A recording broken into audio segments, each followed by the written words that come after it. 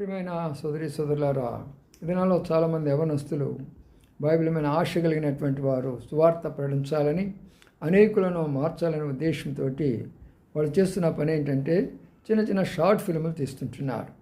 ఆ షార్ట్ ఫిల్ముల ద్వారా అనేకులు ప్రభు దగ్గర నడిపించాలనుకుంటున్నారు.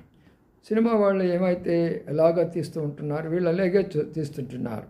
వాళ్ళు లేనిది ఉన్నదిగా, ఉన్నది లేనిగా చూపిస్తున్నారు. వీళ్ళు కూడా అలాగే ఉన్నది లేనిదిగా చూపిస్తారు. మరి వాళ్ళు దేవుని బిడ్డలయ్యిండి కూడా ఒకడు అబద్ధాలు చెప్తున్నాడు చూపిస్తారు. దేవుని బిడ్డలయ్యిండి కూడా ఒక నీతిగా చెప్తున్నాడు చూపిస్తారు. కాబట్టి అవి సినిమాలు, ఇవి సినిమాలు. అది అబద్ధమే, ఇది అబద్ధమే. నీవు దేవుని బిడ్డలను మార్చాలన్నప్పుడు యోహాను సువార్త 16వ అధ్యాయంలో మనం చూస్తే 8-9 వచనాల్లో కానీ మనం గమనిస్తూ వస్తే ఆయన వచ్చి పాపాన్ని నీతిని గురించి ఒప్పిస్తాను. అనగా పరిశుద్ధాత్మ దేవుడు ఒక వ్యక్తిని ఒప్పించాలి. అపోస్తలుల కార్యం 2:37 కూడా వారి హృదయంలో గుచ్చబడాలి. అప్పుడు వారు మార్పు చెందుతారు. షార్ట్ ఫిల్ముల ద్వారా కాదు.